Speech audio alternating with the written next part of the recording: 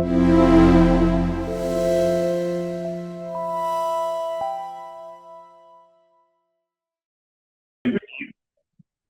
esta ocasión, nuestro diplomado en gestión e innovación tecnológica y magíster en gestión y emprendimiento tecnológico nos invita al conversatorio Inteligencia Artificial para la competitividad de los negocios.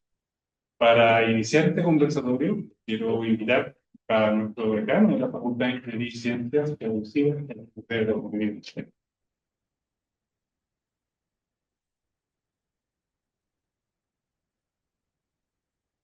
Muchas gracias por la posibilidad de venir a hablar de un tema que es como como dicen en inglés, un moving part. Es una conversación que probablemente si yo estoy parado hoy acá les contaría algo y creo que van a estar hablando de otra cosa, y la semana siguiente otra cosa. Que la verdad es que todos hemos visto que esto está funcionando. No, ahora está funcionando. Yo creo que la gente que está se quedó grabando no. Ahora. Bueno, me presento, yo soy el decano de la Facultad de la Universidad Adolfo Ibáñez hace 2 años. Y la verdad, las cosas que, claro, en los últimos tiempos, como les venía diciendo, en esta conversación de esta semana probablemente sería distinta a la semana siguiente. Pero la inteligencia artificial es algo que en realidad, si uno mira la historia, es algo que proviene hace más de 70 años en su origen. Las primeras discusiones sobre inteligencia artificial, recomiendo mucho leer el libro de nuestro académico Premio Nacional de Ciencia Eric Goles sobre inteligencia artificial, si quieren ir un poco a la historia de la IA. Pero después, eh, veo aquí muchas caras, probablemente algunos que nos tocó estudiar algunas de las cosas, los sistemas expertos, en mi época me acuerdo haber tenido que estudiar las redes neuronales, pero todo eso era un ritmo, y uno al año siguiente seguía hablando de las mismas cosas y no pasaba mucho, y eso ha cambiado obviamente radicalmente, y como Facultad de Ingeniería y Ciencias, ya hace mucho tiempo, eh, decanos como Alejandro Jadrich propuso y la Universidad de Alfibáñez adoptó, y la incorporación de la ciencia de datos en los currículos mínimos, tal como enseñábamos matemática, física y química básica, bueno, ciencia de datos, eso ya ocurrió hace más de 15 años, y esto se ha ido acelerando impresionantemente, y la tecnología está hoy día, ¿no es cierto? Los modelos de lenguaje están, pero lo que ha cambiado es la capacidad de cómputo, obviamente la interconectividad que nos permite su incorporación a las organizaciones, pero lo que no ha cambiado tanto somos los humanos. Seguimos demorándonos 9 meses en nacer, seguimos teniendo probablemente capacidades cognitivas similares a las que teníamos hace 50 años o peores. Y el desafío entonces de la incorporación de la inteligencia artificial, que hoy día está, ¿no es cierto?, omnipresente y a una velocidad acelerada, es que es la adopción. Hoy día la pregunta es cómo adoptamos inteligencia artificial. Y probablemente todos tenemos un poco esta pregunta. Uno mismo al comienzo es casi como que decía con temor, lo usé y ya, porque sentía medio haciendo trampa, ¿se ha fijado? Y eso tiene que cambiar. Tenemos que hacer mucho más cambios culturales en las organizaciones. Tenemos que mucho más bajar las barreras del miedo en las organizaciones. Tenemos mucho más que una discusión tecnológica. Tenemos que tener una discusión de los AI to all, donde hablábamos con Eduardo Vitrán antes de partir, donde ya la función de producción no solo pasa por los recursos económicos que tengo y el capital humano que tengo, sino que también como los datos y que tengo como un tercer factor, ¿no es cierto?, que son para tener, ¿no es cierto?, como la función de producción, básicamente. Entonces, en nuestro magíster de gestión y emprendimiento tecnológico, en nuestro magíster de inteligencia artificial, básicamente en todo el currículum de la Universidad de Alfibáñez hace mucho tiempo, la IA está en todo. Y a veces incluso damos la discusión para decir, como que decir IA hoy en día es evidente que tiene que estar presente en todo. Entonces el objetivo, y por eso quise estar especialmente hoy día presente, es que en estos programas que nosotros tenemos, además, hoy día estamos viendo cada vez más tiempo, de alguna manera tenemos que estar reinventándonos y reestudiando cosas que antes, como las cosas eran más lentas, no era tan necesario, pero hoy día tenemos que estar en eso. Entonces, me parecía esencial estar acá en una oportunidad donde desde una facultad de Ingeniería y Ciencias, inserta una universidad que conjuga la ciencia con las artes liberales, que permite mirar los cambios tecnológicos y la parte más dura con lo humano y las transformaciones del humano que nos desafía la inteligencia artificial me parece central. Y si hay un gran aporte en este AI to X, AI to todo, es el aporte que puede hacer potencialmente productividad. Así que potencialmente lo digo porque todavía tiene que demostrar ese logro. Y para eso está la conversación de hoy día. Así que muchas gracias por la invitación a poder abrir esta conversación. Y gracias a todos los que están acá. Y veo muchas ventanas conectadas en el Zoom.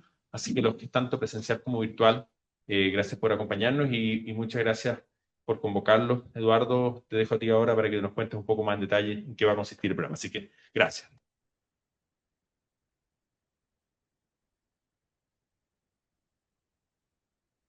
Gracias. A ver, esta funciona así.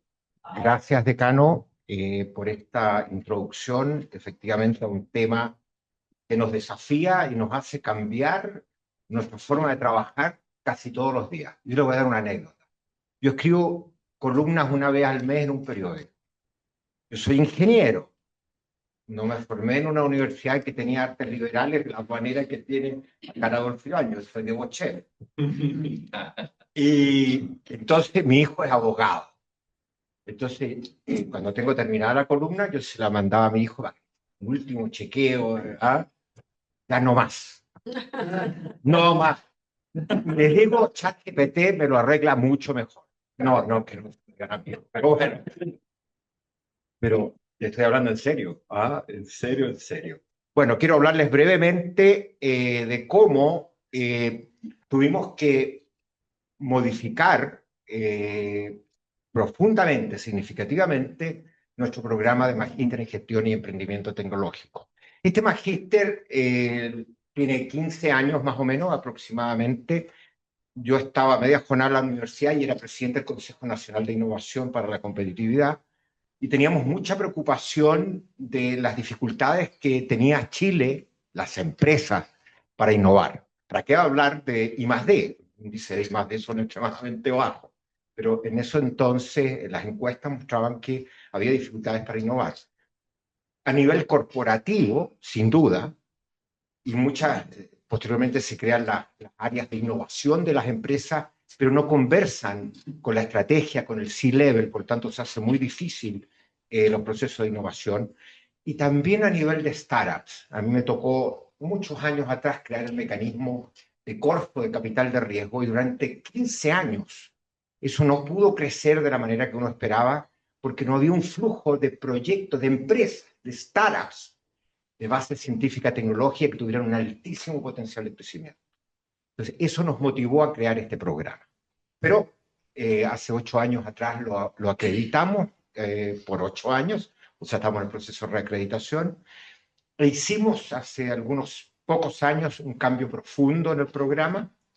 Este programa está orientado a generar competencias de liderazgo en los procesos de innovación de empresas y startups.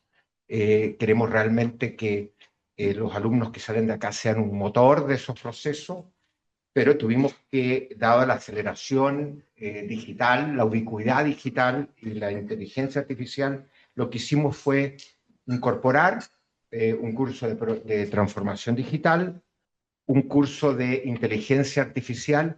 Traemos algunos destacados a nuestro curso de tendencias que nos hablan desde sus distintas perspectivas sobre el impacto que puede tener la inteligencia artificial, marketing digital que se transforma en una herramienta fundamental y recientemente uno de los temas que vamos a conversar acá es de las dificultades que tenemos de transferir conocimiento y tecnologías que se desarrollan en las universidades al mundo de la empresa.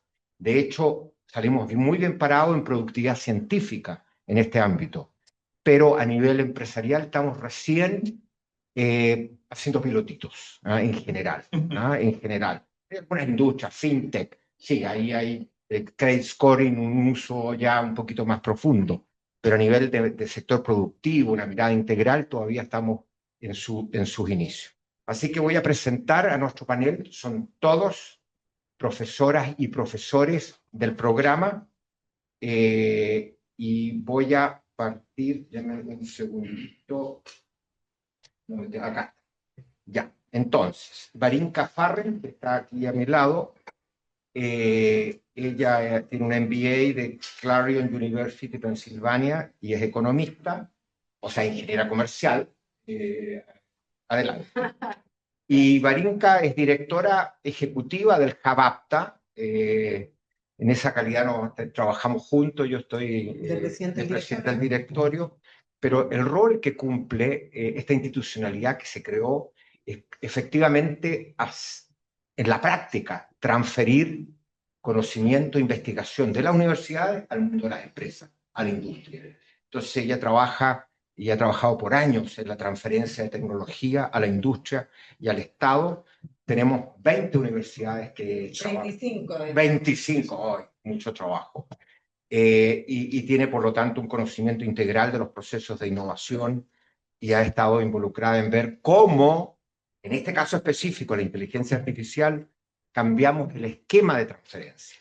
En segundo lugar, tenemos a Arturo Alba, magíster en Ingeniería Industrial con mención en Investigación Operativa, director de nuestra carrera de Ingeniería Civil Industrial de la universidad. ¿Dónde está Arturo? Ya está buscando. Especializado en estrategia de negocios, transformación digital, modelos operativos, minería inteligente y sostenible. Voy a ayudar. Inclusión digital y gestión de activos intangibles. Él da el curso, efectivamente, de gestión de activos intangibles. Varinka da un curso de transferencia tecnológica.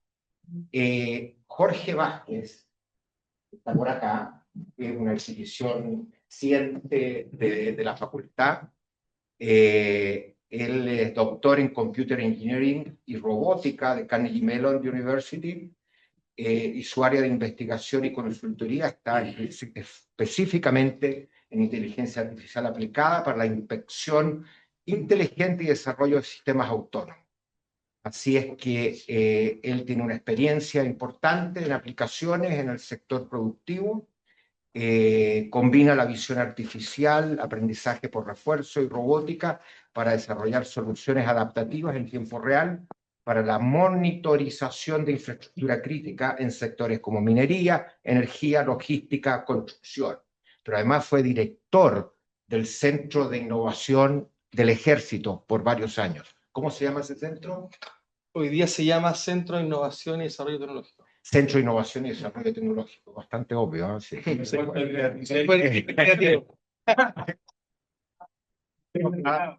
Nos da el curso de inteligencia artificial. Así que lo van a ver ahí. Samuel Varas tiene un PhD en Tecnología de la Información de la Universidad de George Mason en Estados Unidos. Samuel ha incursionado en una amplia gama de temas, cumpliste un rol muy importante en la FAO, en la incorporación de tecnología. Entiendo que estabas en Europa, claro. Y trabaja o ha desarrollado investigación y trabajo en la optimización de sistemas distribuidos hasta la aplicación de tecnologías digitales en gobierno y estrategia digital. Es profesor de casos de uso de inteligencia artificial en nuestro programa. Entonces, somos todos los que estamos y vamos a partir, provocando a estos panelistas con este tema. Decano cada semana nos trae noticias distintas y desafíos distintos. Pero déjenme encontrar. La pregunta, yo las imprimía. Ahí resuelve la noticia. Primero. Yo algo mencioné, perdón, yo creo que yo me tengo que poner. No, me tengo que poner eso. Ese. ¿Cómo se pone?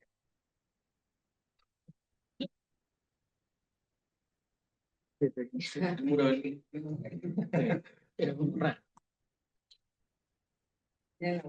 ya, el decano también anticipó el tema. Se nos da una paradoja en este ámbito. Existen diversos indicadores que se han generado para ver la preparación de los países en términos de inteligencia artificial. Uno de ellos es el ILIA, el que es un índice de readiness, de preparación en inteligencia artificial, y ya en tercer año Chile aparece yo diría, entre los 3 primeros países en términos de este ranking de 19 países de América Latina, junto con Brasil, Uruguay, levemente por arriba. Y uno de los temas que lo destaca es lo que yo mencionaba, que es la productividad científica. Sin embargo, en los indicadores de adopción por la industria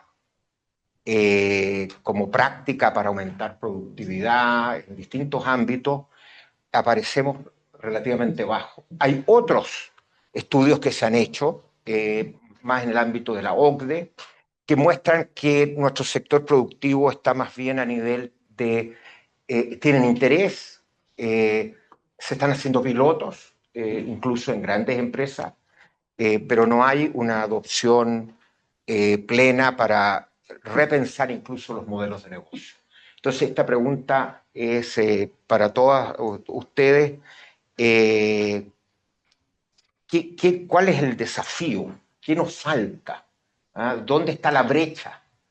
Que no es un tema solo de Chile, pero hay países desarrollados que están muchísimo más avanzados en este tema.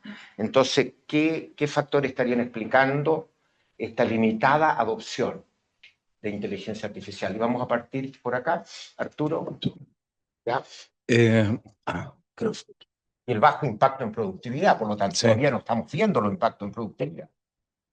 De que esto me recuerda cuando empezamos a medir también transformación digital, la falta de un modelo que permitiera evaluar en 3 niveles, ¿no? Primero, el nivel de impacto, valor. Segundo, el nivel de cuál es la arquitectura de valor. Y finalmente, a nivel de los habilitadores.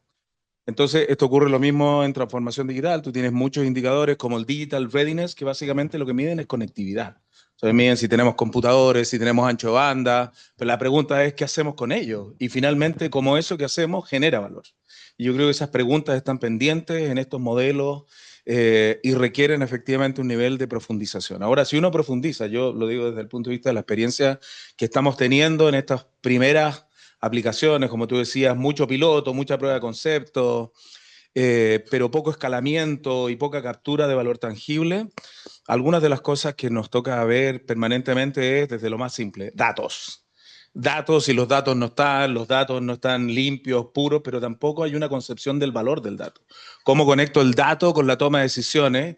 Y eso significa que tengo que volver a conceptualizar los procesos, porque no es solamente automatizar, no esto de digitalización que hemos visto por muchos años, sino que cómo transformamos los procesos y por lo tanto la arquitectura de valor para generar impactos nuevos, distintos.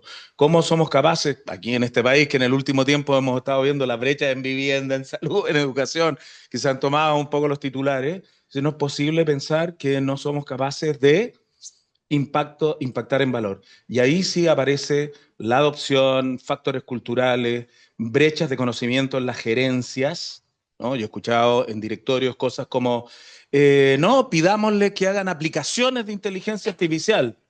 Como quien se compra un helado en la esquina, trae de un Super 8, trae de, ¿no? Tú decir, no, no hay una claridad respecto de la tecnología como un habilitador, sí, pero la ruta al valor. ¿Dónde está el valor y qué consecuencias tiene? Y entonces nos falta formación en los directorios, nos falta datos y gobernanza de datos, y nos falta una profunda reflexión sobre cómo cambia el valor y nuestros negocios. Ahora, tú nos vas a contribuir al país a través de la formación de profesionales, pero hay otra forma. Nosotros acabamos de aprobar un spin-out. Un spin-out es la creación de una startup que proviene de un trabajo en la universidad, que se llama Chloe. Y lo que hacía Chloe era readiness digital. Así es. Pero ahora tienes que hacer readiness para IA.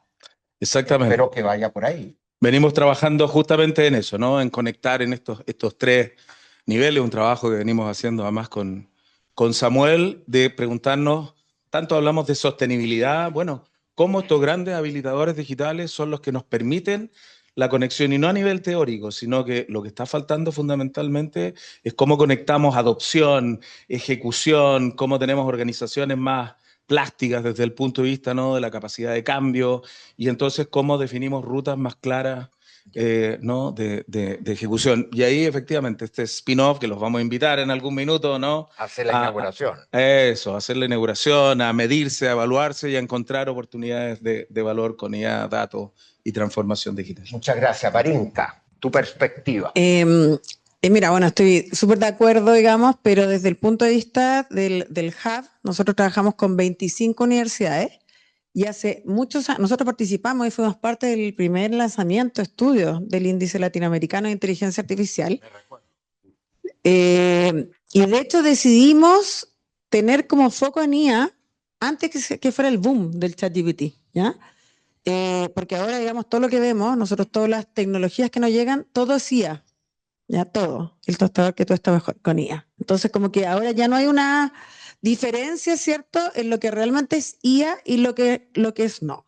Entonces, efectivamente, digamos, existen capacidades. Existió este levantamiento que mostró que la producción científica es de alto nivel. De hecho, Chile ha salido las 3 veces en primer lugar, ¿ya?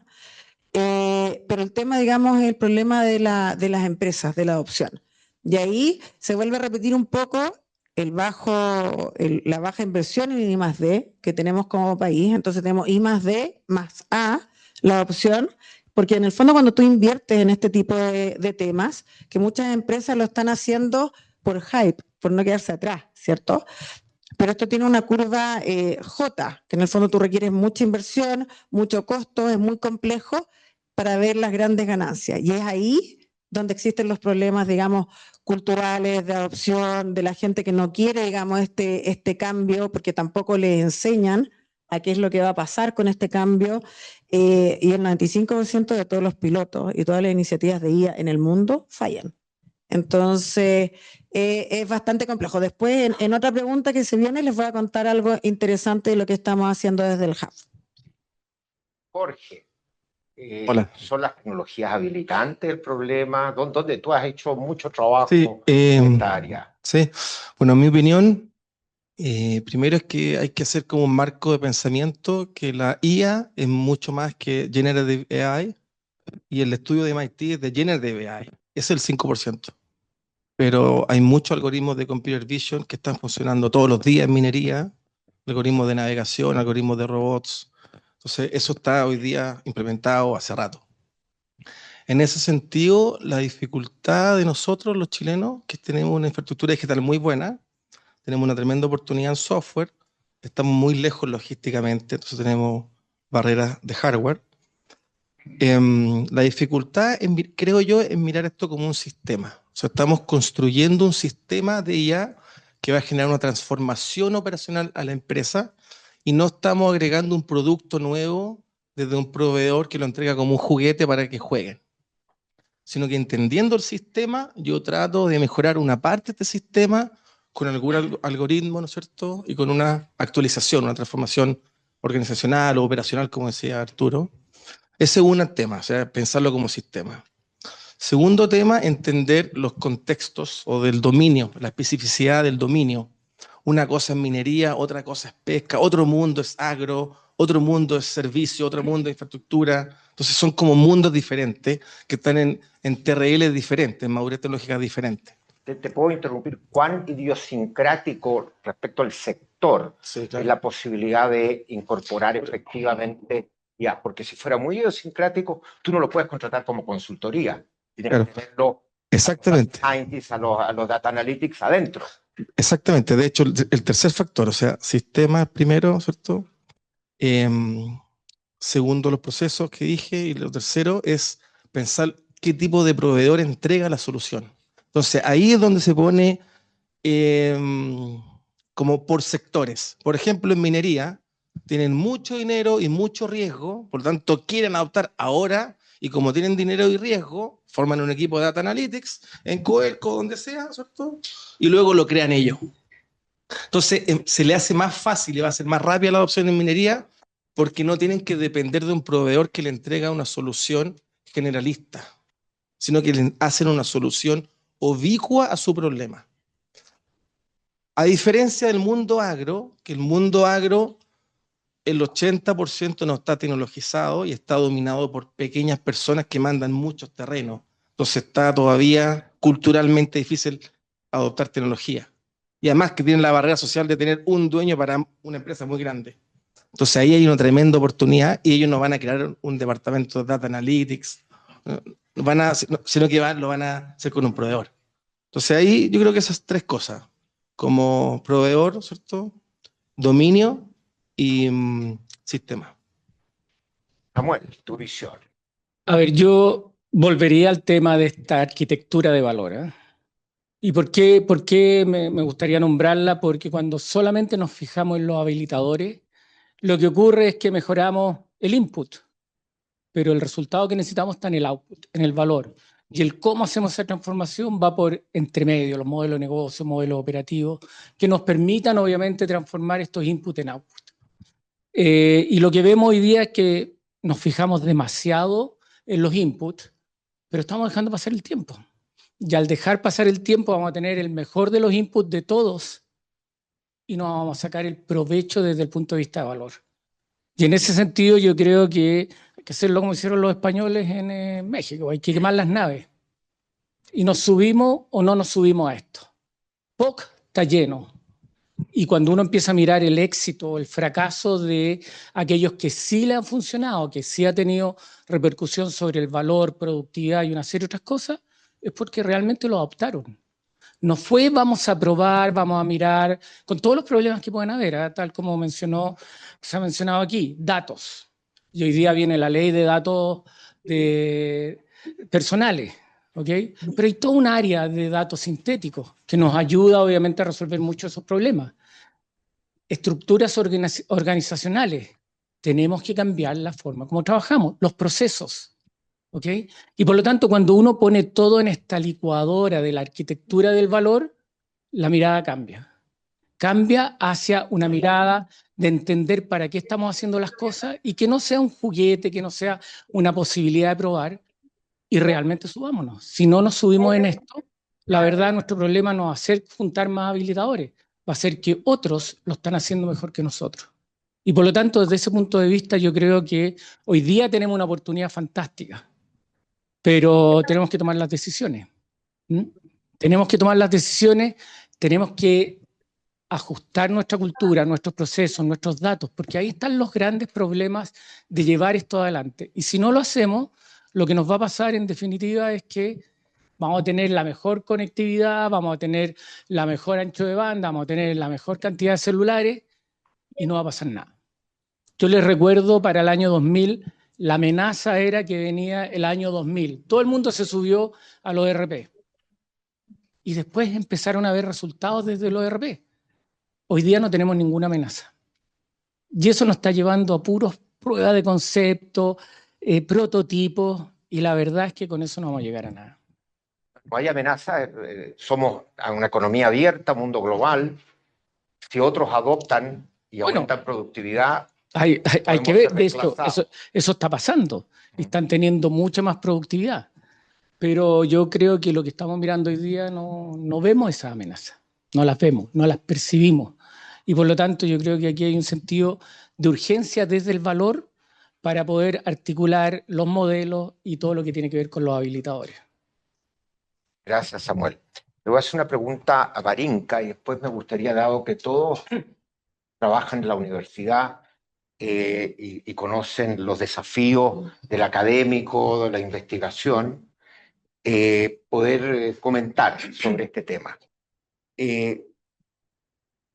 Desde hace años, décadas, y no es solo un problema de Chile, que tenemos la dificultad de que en general en nuestras universidades se hace buena investigación, hay buena productividad científica, pero cuesta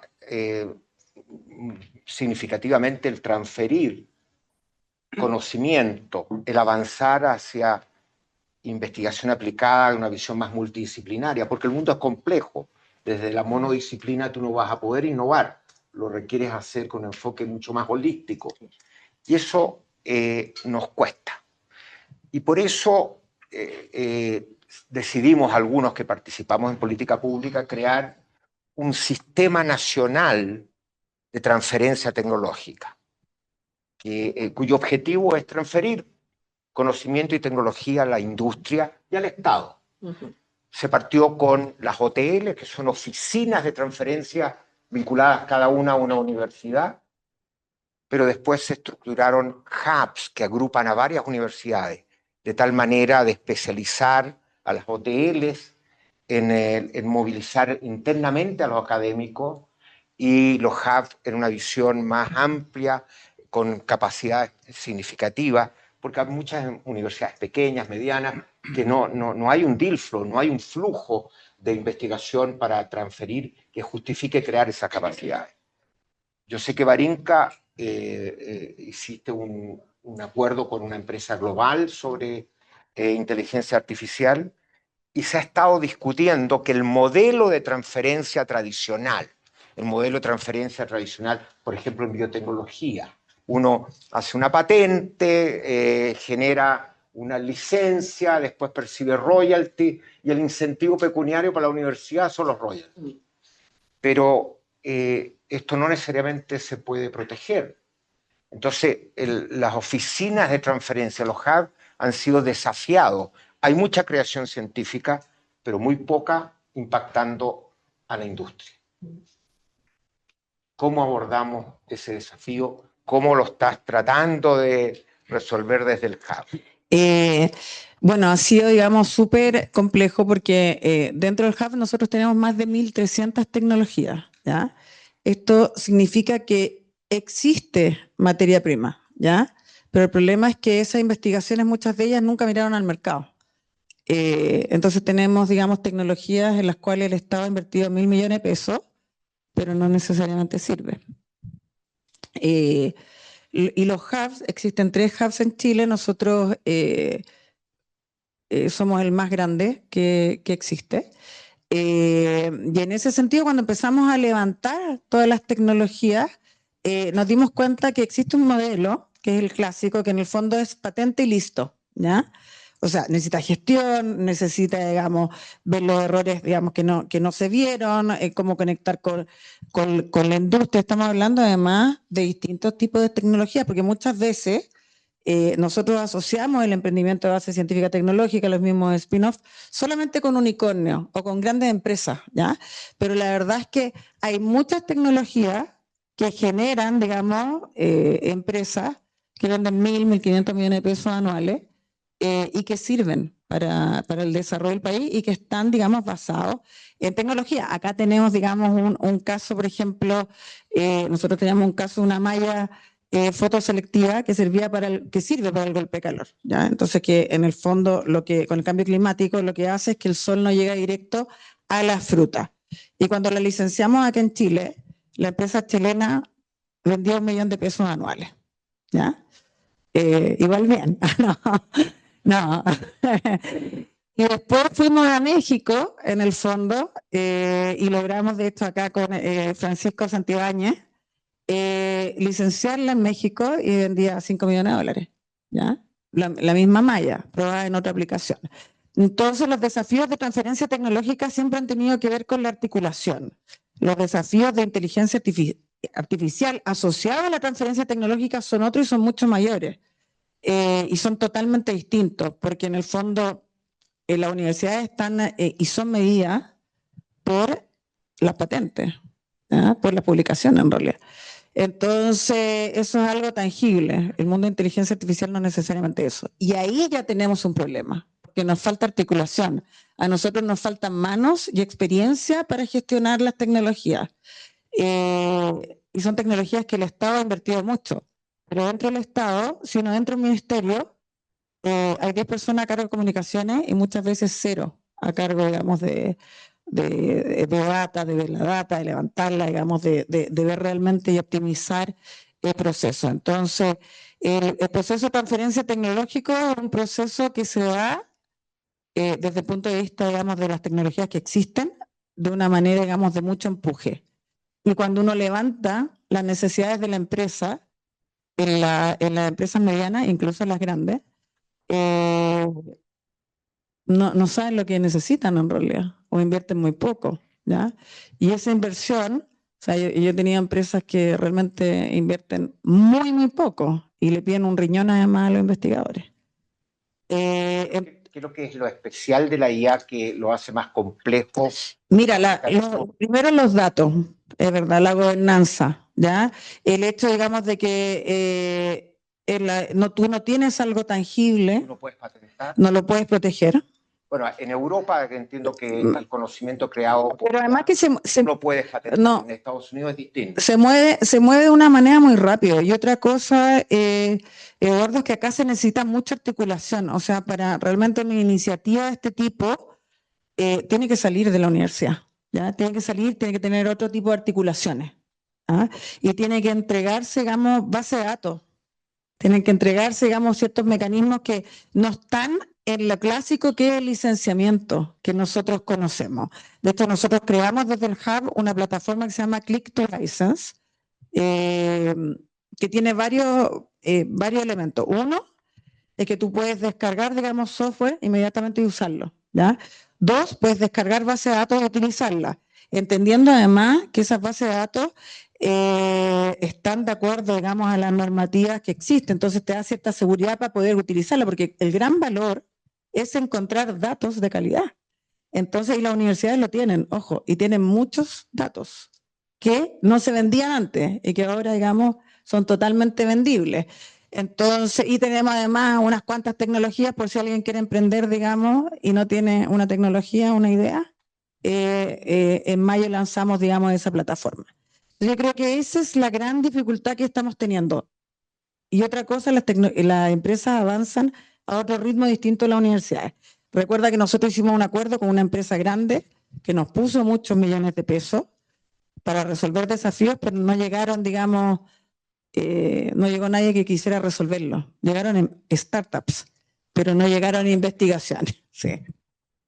¿Será un tema de incentivo que... Sí, claro. Y también estamos trabajando con la Comisión Nacional de Acreditación en eso. O sea, los incentivos académicos de la carrera académica se mueve a otro ritmo que las empresas. Son papers más. Y son papers.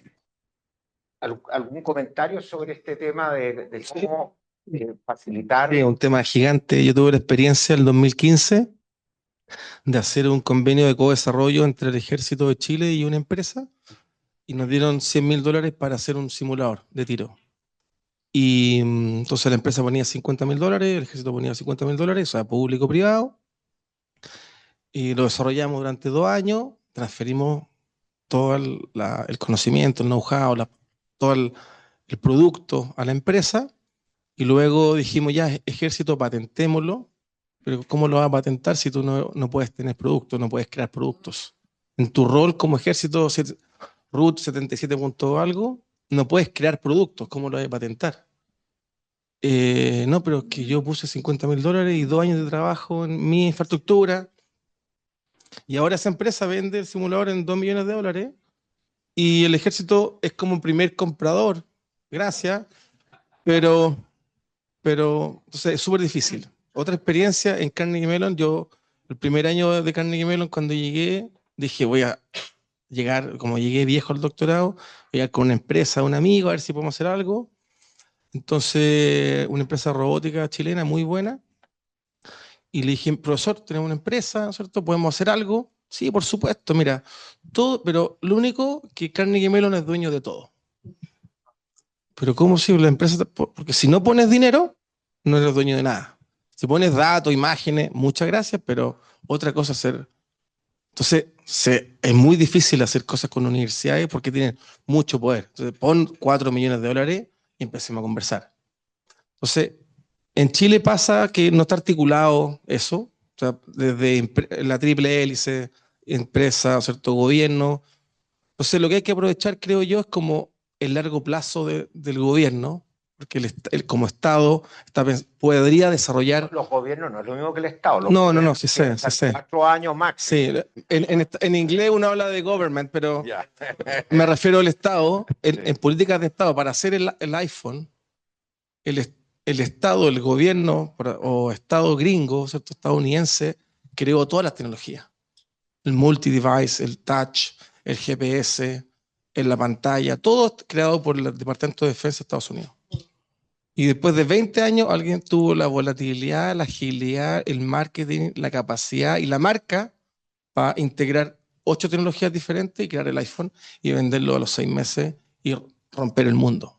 Entonces, hay que saber también qué somos capaces y qué no.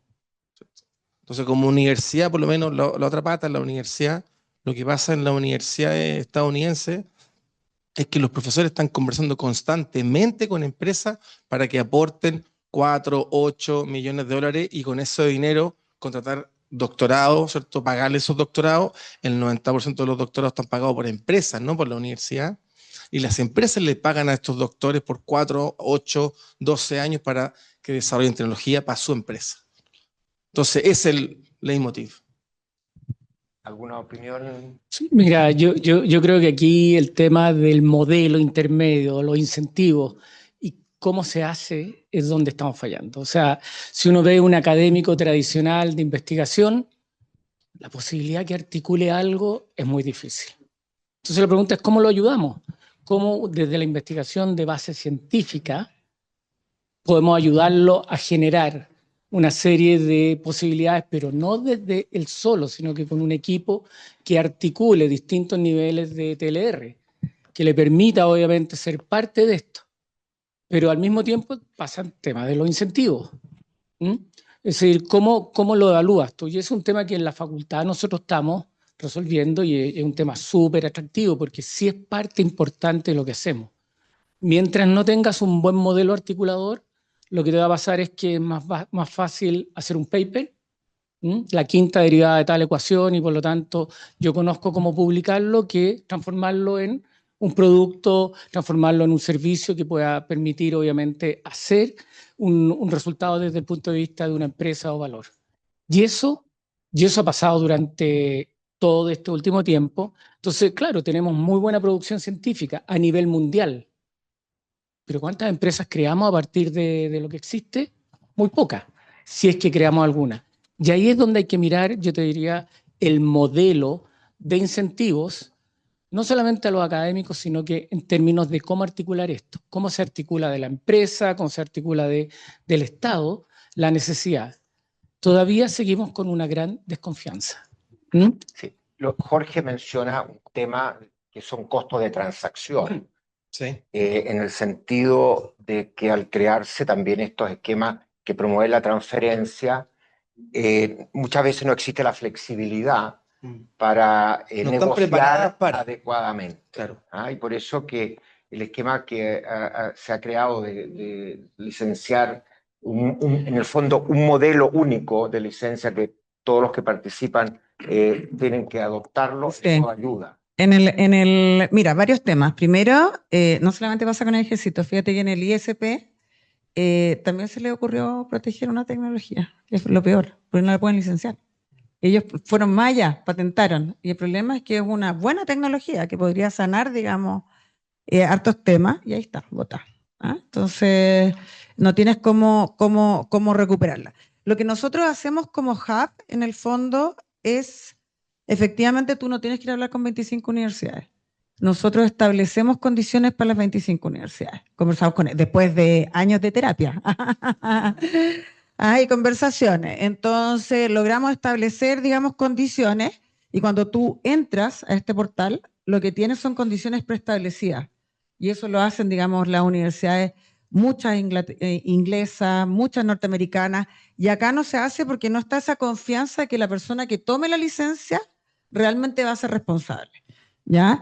Entonces es colocar a prueba en el fondo este sistema, pero dado que nosotros tenemos tantas tecnologías que están siendo no gestionadas, ¿ya? Que están ahí botadas, y hay tanta gente, lo pensamos por varias razones. Uno, hay mucha gente que a los 45 años está sin pega, la están echando, gente con mucha experiencia, ¿ya?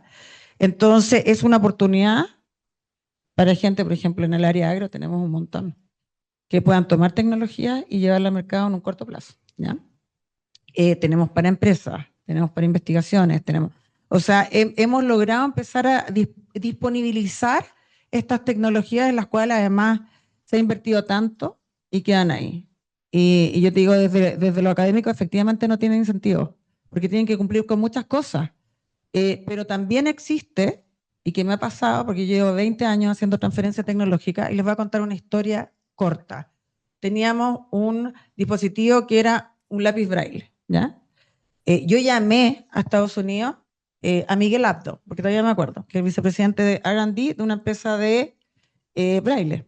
Lo llamé y le digo, ¿aló, puedo hablar con Miguel Abdo? Me dicen, sí. Hola, Miguel, ¿habla español? Sí, ya, perfecto. Tengo este dispositivo, bla, bla, bla. Me dice, a nosotros no nos interesa porque por cada, digamos, por cada device que nosotros vendemos, nosotros tenemos que sacar mínimo $2.000 y un lápiz no va a funcionar.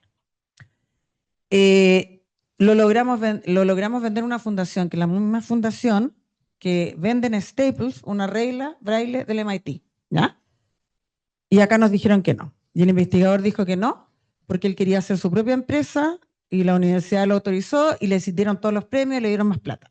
Entonces también yo creo que es importante tener esa visión desde las agencias que financian, incluso, qué es lo que estamos financiando, qué es lo que estamos haciendo cuando no pertenece, o sea, por ejemplo, yo encuentro que los estudiantes no necesariamente deberían pagar, se puede llegar a un acuerdo, pero un académico que está cumpliendo su rol de académico, ¿me entiendes?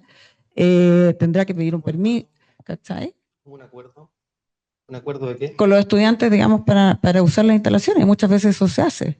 Lo que tú decías, pues no necesariamente acá en las universidades les prestan instalaciones, no todas, en algunas, y no necesariamente, digamos, colocan, y tienen un montón de problemas, hay universidades que tienen un montón de problemas porque no los pueden echar. Pasemos a otro tema. No, a los alumnos. Nos pueden echar los valores.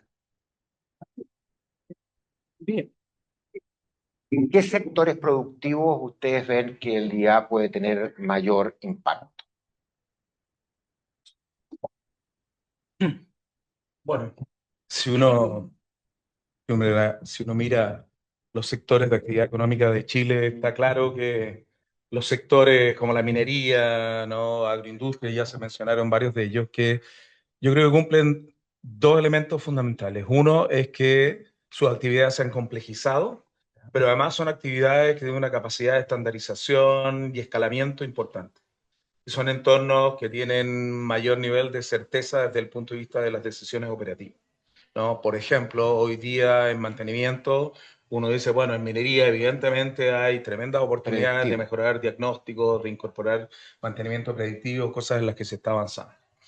En agroindustria también tienes temas de riego, ¿no? Que son muy importantes, el ciclo de vida en general, ¿no? de la producción, tú puedes incorporar inteligencia artificial. Pero la salmonicultura, yo creo que en el sector de servicios también tenemos oportunidades importantes. A mí lo que me llama la atención es que en el gobierno en general no visualicemos oportunidades muy significativas, ¿no?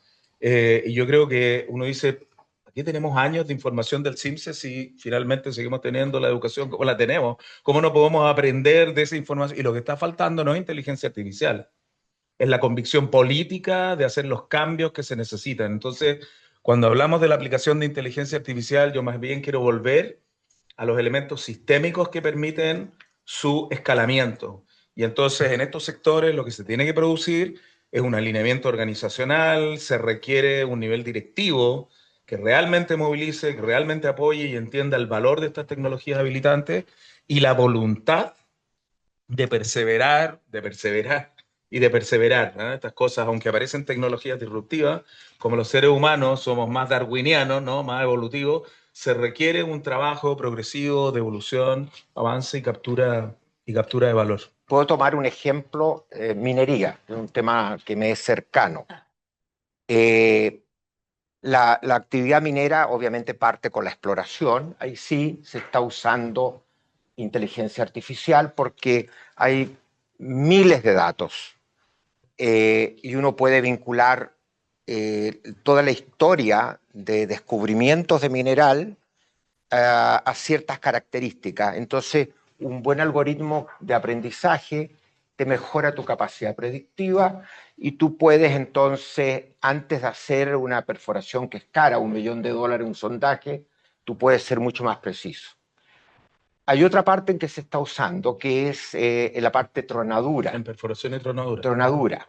Se usa en tronadura, pero se usa de la siguiente manera. La empresa que hace la tronadura La empresa que hace tronadura tiene una exigencia de que tiene que tener partículas de ciertas características.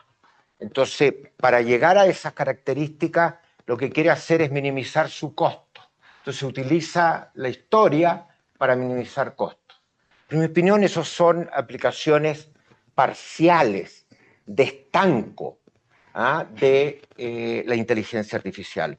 El mundo ideal que uno vería es desde el momento en que va a decidir dónde yo voy a hacer la tranadura, dónde voy a explotar el mineral, puedo de alguna manera encontrar patrones que son desconocidos incluso para los técnicos y optimizar todos los procesos hasta el puerto. Esto es justamente... Pero entonces, yo di un ejemplo en minería porque estoy de alguna manera vinculado al sector, pero cómo uno, y ahí tú vas a usar visión, machine learning, vas a incorporar temas de agentes para automatizar algunas etapas del proceso, pero cómo hacemos ese cambio en una empresa cualquiera de este sector que tiene que intervenir toda la cadena. Hay etapas como la molienda, que son altamente intensivas en el uso de energía, emisiones de CO2. Entonces, si tú logras vincular lo que haces al principio con el molino SAC, como se conoce, puedes tener aumento de productividad enorme. Pero eso no ocurre. Sí, ahí tengo un punto también, que si tú empiezas a plantar flores en una empresa, que son los POCs, ¿cierto? Los pruebas de concepto, en algún momento vamos a cosechar, ¿cierto? Todas las frutas. O sea, como que estamos recién plantando. Ya en Generative AI llevamos 5 años. Entonces, obviamente la opción ha sido muy rápida, pero no pidamos tampoco tanto. Creo que estamos uniendo los nodos y hoy día lo que tú dices lo llaman AI Enterprise. O sea, que toda la empresa ocupe un sistema de IA. ¿Y para qué? Sobre todo para la toma de decisiones. ¿Por qué? Porque tú, plataformas robóticas para que hagan algo en la minería, check, está hecho. Sí, está hecho. Algoritmos de visión para que detecten hinchancable, está hecho, el 2025 Premio de Innovación. Sí. Ahora es conectar, ¿cierto? La navegación robótica, la toma de decisiones, los escenarios, y para eso se están creando motores de IA que se conectan con simuladores. Entonces tú con los simuladores y reglas dices, esto podría pasar, aquí hay un escenario de riesgo. Y para eso hay que centralizar sensores que están pensados descentralizados. Entonces tenéis minería 5.000 sensores y hoy día te avisa cuando está el sensor 542 sobre el umbral. La gracia es tomar 3.000 sensores y buscar escenarios de riesgo. Y con los escenarios de riesgo, con un simulador tú puedes generar cursos de acción. Y ahí tenéis un equipo humano IA tomando decisiones donde el humano valida. Sí, el tema, bueno, adelante. Yo voy a recordar un ejemplo chileno. Los años 90, si ustedes se acuerdan del Servicio de Impuestos Internos, era realmente escalofriante. Y hoy día es quizá uno de los mejores del mundo. ¿Y qué es lo que estuvo detrás? El liderazgo. Y la creencia de que a través de los sitios web, a través de la internet, se podía mejorar esto. Javier Echeverry, con una cantidad de problemas enormes, pero lo llevaron adelante.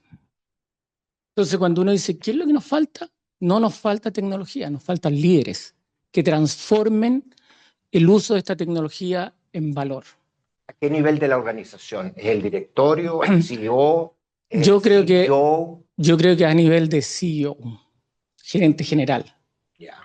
Yo creo que ahí nos falta el liderazgo, nos falta... Pero hay una etapa de inversión. Si el directorio está viendo los resultados de producción de corto plazo, esto lo puede ver como una distracción. Bueno, pero ahí pueden haber modelos, ¿te fijas? No necesariamente la inversión es propia de una pura empresa, podrían haber modelos más colaborativos. Y eso, buen punto. Y eso nos habilitaría a hacer cosas más allá de poner la tecnología. Nos han planteado, esta idea tuya, por ejemplo, un sector en que hay 5 empresas grandes. ¿Qué ocurriría si tú dejaras disponible la data con las variaciones que tiene cada uno y se crea un club? Es un club para desarrollar modelos de inteligencia artificial, pero que van a aprender sobre la base no solo de los datos de mi empresa, Más colectivamente. colectivamente. ¿Tiene sentido eso? ¿Hay capital social en Chile para que eso ocurra? No lo sea. ¿Ah? Cuando tú te vayas al sector logístico, No. tú te vayas al... No, el comunitarismo tiene que ver con una visión, Más compartido. digamos, de solidaridad, ¿no? Acá es una visión egoísta como club, Sí. como grupo de empresas. Pero yo creo que ahí están los liderazgos. Yo creo que eso es lo que nos falta. Nos falta líderes que lleven adelante esto. Déjenme ponerle un ejemplo. La educación. Hoy día tenemos alumnos que se gastan 14 años, el último en preparar una prueba, más otros 5 o 6 años en la educación superior y los que les gusta, otros 2 o 3. ¿Y qué aprenden? ¿Qué aprenden? ¿Cómo nosotros somos capaces, a través de elementos como la inteligencia artificial, no hacerles la pega? Porque hoy día la hacen con eso, así que no traten de pensar que no, la hacen. Pero ¿cómo les ayudamos a aprender y no a enseñar? Yo creo que ahí tenemos una oportunidad tremenda en este país. Segundo, yo creo que el tema del Estado. A mí me tocó hacer hace mucho tiempo un trabajo de la ventanilla única. Y claro, y se puede simplificar, y se puede trabajar, de hecho, hay leyes para eso, pero nadie las respeta. Y la pregunta es, bueno, ¿cómo podemos hacer que la ventanilla única en pos del ciudadano funcione? Que no me manden a buscar un certificado aquí, un certificado allá, que me resuelvan los problemas. Cuando ponemos al ciudadano al centro, cuando ponemos al estudiante al centro, ¿cómo los ayudamos con esta tecnología que es maravillosa, amplia y profunda? Pero estamos mirando la tecnología, no estamos mirando el para qué. Y yo creo que ahí tenemos una mirada distinta y necesitamos gente que empuje estos temas en el país. Y hoy día no hay, o por lo menos se ven muy poco. ¿Estás de acuerdo? Mira, yo comparto que me parece que, como conversamos, ¿no? Hay factores sistémicos como los liderazgos, ¿no? Que no están alineados con los desafíos de transformación que tenemos hoy día. Yo siempre le digo a mis alumnos, si hoy nos pusiéramos a implementar la tecnología disponible, nos demoraríamos 30 años. Pero eso es porque pensamos de manera lineal, ¿no? Y pensamos que además las dificultades que tenemos en las propias empresas, piensen cuando planifican ustedes un proyecto. Si alguien piensa que se pueden hacer rápido, todos son con etapas, pruebas de concepto y la aprobación y la validación. Entonces tenemos instaladas culturas que se denominan ágiles, pero están lejos de ser ágiles. Y al que uno le pregunta y dice, oye, pero ¿y el caso de negocio? ¿No? Y la gente, control de gestión, pide el caso de negocio y te dice, ¿pero qué caso de negocio? Si estamos partiendo para intentar investigar, para entender. No, pero sin caso de negocio, entonces se hace con una informática paralela, ¿no? Media trucha la cuestión para poder hacerlo y con otros recursos. Y entonces esa es la realidad que tenemos. Y eso solo puede cambiar con cambios de cultura, con cambios de liderazgo, yo estoy de acuerdo que hay, pero hay que ser capaces de cambiar desde el más alto nivel organizacional. Yo creo que hoy día en muchos directorios no existe la visión estratégica para el cambio porque no son capaces de conectarse con el habilitador tecnológico más allá del concepto de la digitalización, no directamente con el valor. ¿Cuándo se conectan con el valor? O sea, esos casos de compañía retail. Bueno, cuando se empiezan a ir los clientes y entonces, ¿por qué no están funcionando las campañas? ¿Por qué hay problemas de tasas de conversión? Yo estaba con un retail hace muy poco tiempo que asesoramos en gobierno de datos y se dieron cuenta, le preguntaron al gerente comercial en una reunión de directorio, ¿cuáles son los modelos de contratos que tenían con los proveedores? El gerente comercial no tenía idea. Tenían 500 proveedores clave y tenían 500 modelos de contratación. Tenían productos o categorías de productos que tenían distintos tipos de descuento para una misma categoría y él no tenía idea. O sea, hay problemas. ¿Por qué? Porque la métrica es cumplir las metas del mes, es hacer la venta, ¿verdad? Y entonces estamos muy metidos en el corto plazo. Entonces, ¿cómo cambiamos? Un liderazgo que mire mediano o largo plazo, un liderazgo que entienda que estos procesos son progresivos, que no solamente valore el output, sino que el outcome. Generar mejores condiciones, generar habilitadores, generar conocimiento. Y eso significa además construir métricas que no tenemos. Hoy día tomamos decisión sobre personas, clima, cultura. Yo les pregunto, ¿cómo toman la decisión de inversión en cultura? ¿Cómo? Nada, pues dígitos oscilantes. Usamos, y no tenemos idea. ¿Por qué? No porque la cultura no sea relevante o el capital humano, sino porque tenemos carencias de métricas, porque en este nuevo entorno de activos digitales, ¿no? Activos, ¿verdad?, que son intangibles, nos falta una profunda reflexión de cómo medimos, cómo valoramos, y eso nos va a permitir construir además modelos más virtuosos, ¿no? Desde el punto de vista de generar valor. En la universidad uno se pregunta, mira, todos los proyectos, los talleres, los conversatorios, ¿por qué esto no está grabado? ¿Por qué esto no está en una grabación y se lo disponibilizamos a los chicos en el curso? Y uno dice, coño, es cierto. Bueno, pues no lo estamos haciendo. Oye, yo tengo un comentario muy cortito. ¿Te acuerdas cuando estábamos en esta charla que vino el de Runway? Que, bueno, vinieron 3 expertos, digamos. Que Runway en el fondo es una startup chilena, creo que es la que está más valorizada además ahora, que lo que hace es que automatiza todo lo que tiene que ver, digamos, con imágenes, ¿ya? Entonces puede hacer películas, diseño, sí, creación de contenido, ¿ya? Entonces, Películas. de películas, claro. De hecho, bueno, Chile se está metiendo en temas científicos fuertes en el área de creación, ¿ah? O sea, ahora ganamos en Cannes, ha venido harta gente, digamos, y están armando cosas bien interesantes.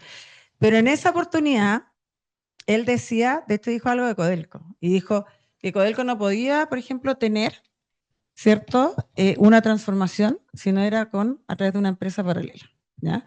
Porque en realidad era empresa paralela, porque era tan grande la estructura, ¿ya?, que no podía, digamos, asumir, lo mismo podría pasar con el ejército, etcétera. O sea, en el fondo... de gemelos digitales. Claro, él hablaba, digamos, en el fondo de tener, filiales, sí, filiales completamente, filiales, sí, que murió, ¿cachai? Pero quizás en el fondo ahora, lo mismo en el ejército, o sea, ¿cómo realmente tú tienes?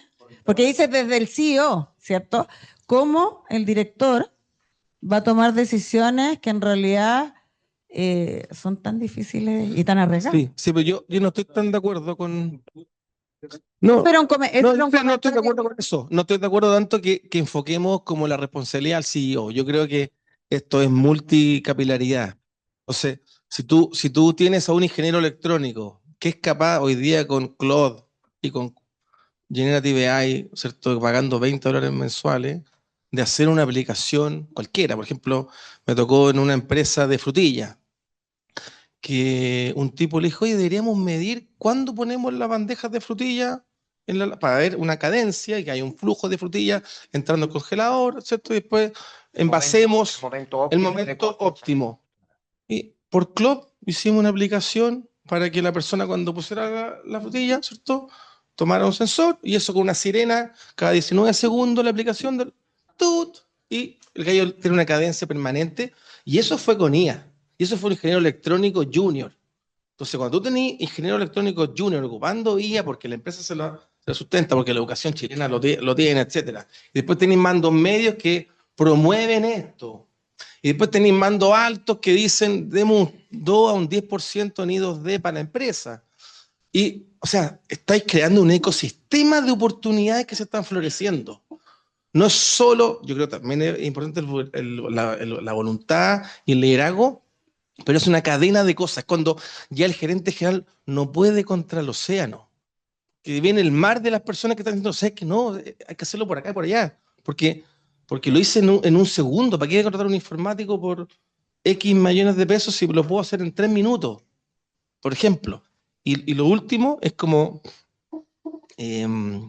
que pasa también en el ejército, en el gobierno y en las empresas grandes chilenas también, porque en Chile, a diferencia de los países desarrollados, el empleado no tiene mucho acceso, ¿cierto?, al poder adquisitivo. Entonces tenés que ser gerente general. Entonces cuando eres por fin gerente general, vaya a probar un proyecto de IA que vaya a poner en riesgo tu trabajo y por fin ganáis X palos mensual, no te vas a arriesgar.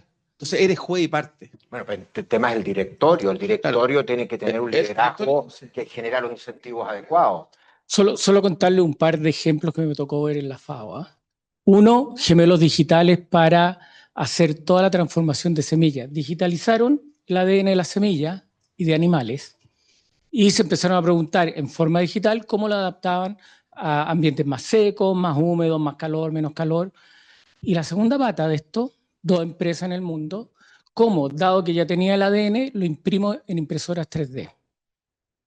Eso es una revolución en términos de la producción y transporte de semillas. O sea, no necesitáis barcos, no necesitáis producirlas, las sí directamente con inteligencia artificial, gemelos digitales, y después usáis tecnología 3D para imprimir la semilla donde la necesiten. Y estamos hablando ahí, esto abre temas éticos, quién es el dueño, qué es lo que puedo hacer, qué es lo que no puedo hacer, pero hay empresas haciendo eso. Y eso, Sí, y eso es interesante. una realidad hoy día. Ahora, una pregunta. Ustedes ven que hay un tema geopolítico de tensiones entre Estados Unidos, China, Europa entre medio, respecto a varias carreras tecnológicas. Una, están los temas de las tecnologías de cambio climático, etcétera, minerales críticos, pero otra es todo el tema digital y el tema de IA. Y lo que está ocurriendo en el mundo, que tiene muy preocupados a los europeos, que los players globales son básicamente empresas norteamericanas y son de Estados Unidos, y son 4, y en otro lado tienes China, que está obviamente en Asia, y con dificultades porque le están poniendo barreras para entrar en otras partes del mundo. Entonces la pregunta es, bueno, eso genera poder de mercado. De hecho, el antitrust en Europa está tomando estos temas, más bien yo creo como excusa, porque es más bien un tema de política industrial, que no quieren quedarse atrás. Entonces, ¿qué pasa con países como Chile en términos de la capacidad de generar empresas globales en este ámbito? ¿En qué nichos? ¿Dónde está? ¿Es en lo idiosincrático de sectores donde somos grandes? ¿Dónde está la oportunidad? ¿Ven alguna oportunidad o simplemente vamos a adaptar o adoptar lo que se desarrolla básicamente en Estados Unidos? Claro, creo yo. Un ejemplo es el premio de innovación del año pasado, que lo ganó Robotia con Deloitte, que Robotia es una empresa chiquitita de 5 personas creando un modelo para detectar hinchancable con cámara web En minería. en minería. Claro, cuando un Deloitte, hinchancable se mete en el hinchancable, o sea, proceso, fierros que pueden pasar a la cinta. Y lo pusieron en una retroexcavadora. Lo que pasó primero es que Deloitte lo transformó en una solución end-to-end, completa, tecnológica, conectada con el sistema de transporte, conectada con el sistema de flota, con una alarma, con una alerta, con una interfaz interesante y con la espalda de Deloitte para decirle esto vale tanto y confíen en mí. Entonces, BHP lo compró. Y eso fue muy interesante porque ellos además ocuparon las data puestas, no sé si en Amazon o en Oracle. ¿pero dónde quedaron las rentas? Quedó en Deloitte, no creo que era la empresa chiquitita. Sí, la empresa chiquitita creció mucho, obviamente que, no sé, será un 20% de lo que habrá vendido en Deloitte, pero Deloitte creció como consultora. Esta empresa chilena hoy día ya son 40 personas, es una startup. BHP mejoró su proceso y todo esto fue en datos, ¿cierto?, en la nube a través de Amazon Web Service o Google Cloud. Entonces, ocupa una gigante gringa, estadounidense, para entrenar mi modelo, para habilitar y todo, en un problema particular chileno de hinchancable, donde tengo la minería más potente del mundo. Ocupo, en este caso, una consultora, un tercero, pero puede haber sido solamente una empresa chica, porque transformo un modelo que tiene 8 líneas de código en una solución tecnológica, ¿cierto?, robusta. Jorge, entonces ahí conecto 4 cosas. Sí, tú has dado en el clavo, algunos hemos venido predicando esto por décadas, ¿no? El tema de los clústeres. ¿Te acuerdas tú del tema de los clústeres? Nosotros somos ricos en ciertos recursos naturales. Sí. Tenemos una masa crítica en minería, sin duda, somos grandes, forestal, acuicultura, salmonicultura en particular, fruticultura. En eso los desafíos que tenemos en términos de productividad y sustentabilidad son enormes, sí, son grandes. Entonces, lo que tú estás planteando es, ¿por qué no hacemos desarrollo de proveedores para enfrentar los desafíos de innovación usando IA? Claro. Y en la medida que haya un buen acuerdo con la empresa que compra del sector primario, Claro. va a poder crecer. Claro. Pero ahí el dilema es, bueno, primero, ¿creen Sí, ustedes ahí- que hay un espacio Ahí- en estas áreas donde tenemos una singularidad? Claro. El espacio yo creo va más bien en los servicios a esos grandes sectores. Sí, a eso- Servicios, que es el 60% del PIB, a esos grandes sectores, 4, minería, energía, agricultura. Entonces, servicio. Y lo segundo es desarrollo software, porque los unicornios chilenos, como Runway, Betterfly, Notco, Book, ahora va a ser unicornio o otro más, todos son desarrollos de software con IA. Entonces, ¿por qué desarrollo de software? Porque tenemos talento barato y sofisticado en Chile, muy profesionalizado, no tenemos maquinaria, no tenemos grandes industrias, no está industrializado el país y logísticamente es muy difícil crear, ¿cierto?, cosas, maquinaria, aviones, autos. Entonces, enfocarse en desarrollo de software en el sector productivo de servicio para estos 4 sectores grandes. Eso creo que es una fórmula. O sea, de vuelta a los... Estamos haciendo desarrollo software, somos lo mejor en Latinoamérica para el desarrollo software. O sea, hay un tema idiosincrático. Infraestructura digital, talento humano, profesionalización, pocos técnicos. ¿Qué opinan ustedes? Sí, fíjate, a mí, por supuesto, cuando uno piensa en la lógica de ventaja competitiva, es evidente que siendo el 28% ¿no? de la minería del cobre en términos de reserva y con las operaciones que tenemos, uno se hace la pregunta cómo no somos capaces de capitalizar el conocimiento, la práctica, los años que tenemos de experiencia, la diversidad y la capacidad. Así que yo creo definitivamente que clusters es una dirección, porque evidentemente tenemos la masa crítica y la relevancia mundial. Aquí la escala también es importante. Pero la historia no nos acompaña mucho. No, pues definitivamente. En minería nosotros inventamos en Chile el convertidor teniente para Sí, los procesos de fundición. Y Noranda nos demandó. Bueno, pero lo tomaron los chinos y armaron sus fundiciones y hicieron el desarrollo y nosotros nos quedamos Convertidor parados. modificado teniente. Sí. Una historia que... Pero yo creo que tiene que ver con esta siguiente componente que te quiero decir. Yo creo que están los clústeres, pero además uno tiene que entender las capas. Hoy día las soluciones son complejas. Sí. Y tienen muchas capas de esa arquitectura. Y entonces hay que entender en qué capas de la arquitectura también queremos dominar o liderar. ¿Sí? Me acuerdo de esta discusión que tuvimos en el sector de telecomunicaciones respecto de quién dominaba el negocio móvil. Nosotros que tenemos la conectividad y por lo tanto tenemos las antenas. Estabas en Telefónica. Tú estabas en Telefónica, claro. Como director de Telefónica. Sí. Y entonces las empresas móviles dijeron, en la arquitectura vamos a colocar la inteligencia en el celular y la propuesta de valor en la personalización. La industria de telecomunicaciones quedó fuera solo por una decisión de arquitectura. Y hoy día, ¿quién distribuye? Cuando se lanza un producto, está en manos de Apple, ¿no? Está en manos Dos compañías. Exactamente.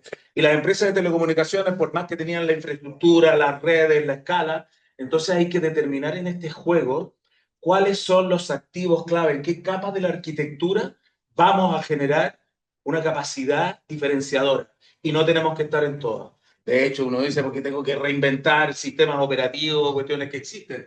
Sin embargo, sí en ciertas industrias, a lo mejor el conocimiento genético específico que tenemos, ¿no? De la producción de eucalipto en Chile, o Sí. la biodiversidad, y entonces ahí hay espacios donde tenemos que hacernos poderosos, fuertes, potentes, pero colaborar además. Entonces no basta mirar el clúster, porque sigue siendo de un nivel de profundidad y complejidad. Sí hay que elegir dónde vamos a tener esas competencias diferenciadoras y participar fuerte en lo que son las barreras hoy día no conocidas.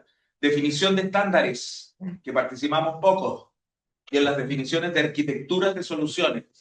Y eso moviliza. ¿Cuál es la gran lucha que hay hoy día con Estados Unidos y China? Los estándares y la arquitectura, porque detrás de eso tengo que comprar, fíjate lo que pasó con la televisión digital.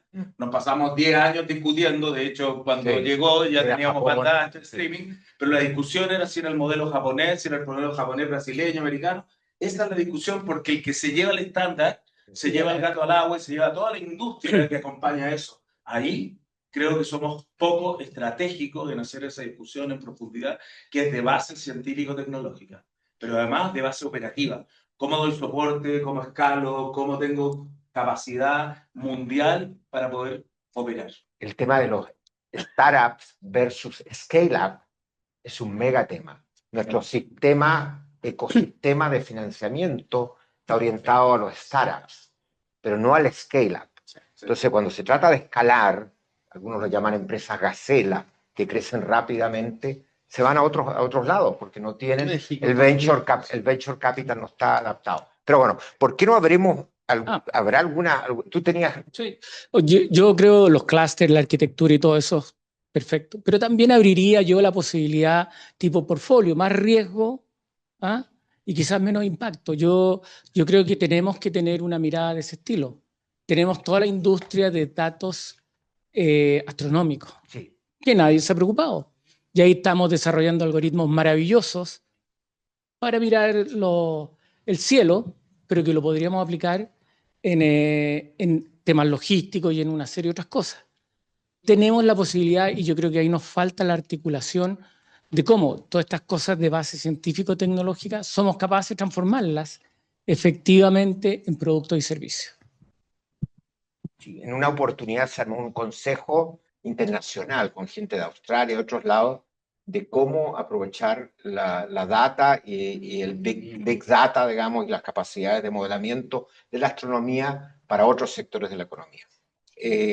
No hubo capital social y bueno, no entremos ahí. Preguntas.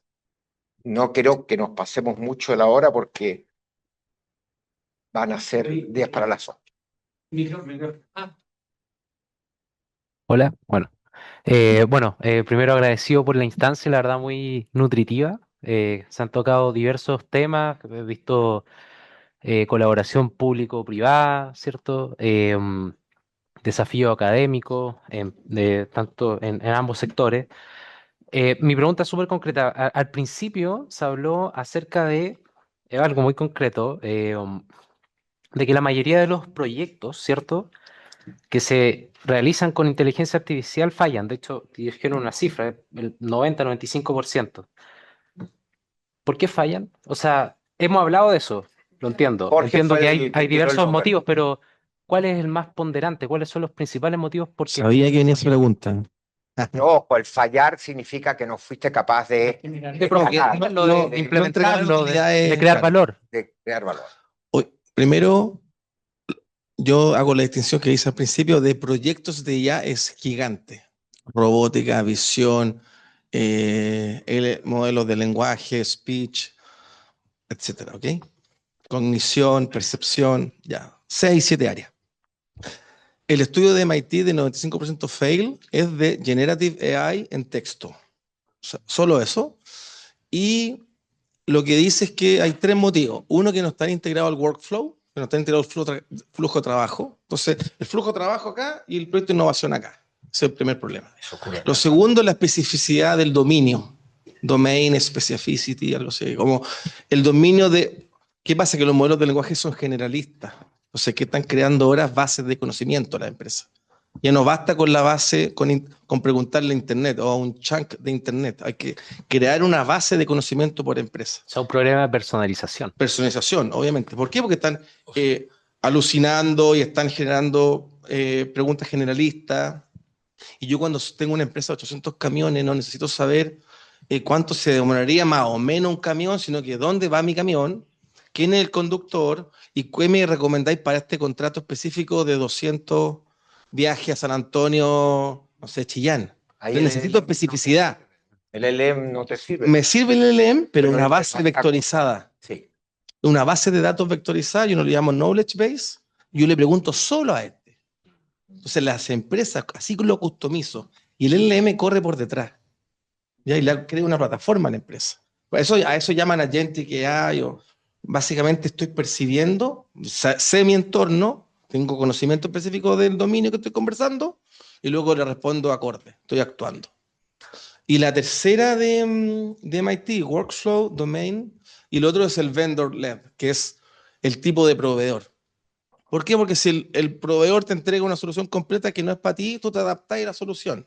Como lo que decía Samuel, es como el ERP que compramos. Adaptémonos al ERP que compramos. Y ya el ERP tiene IA, adaptemos. Ya, pero yo quiero esto.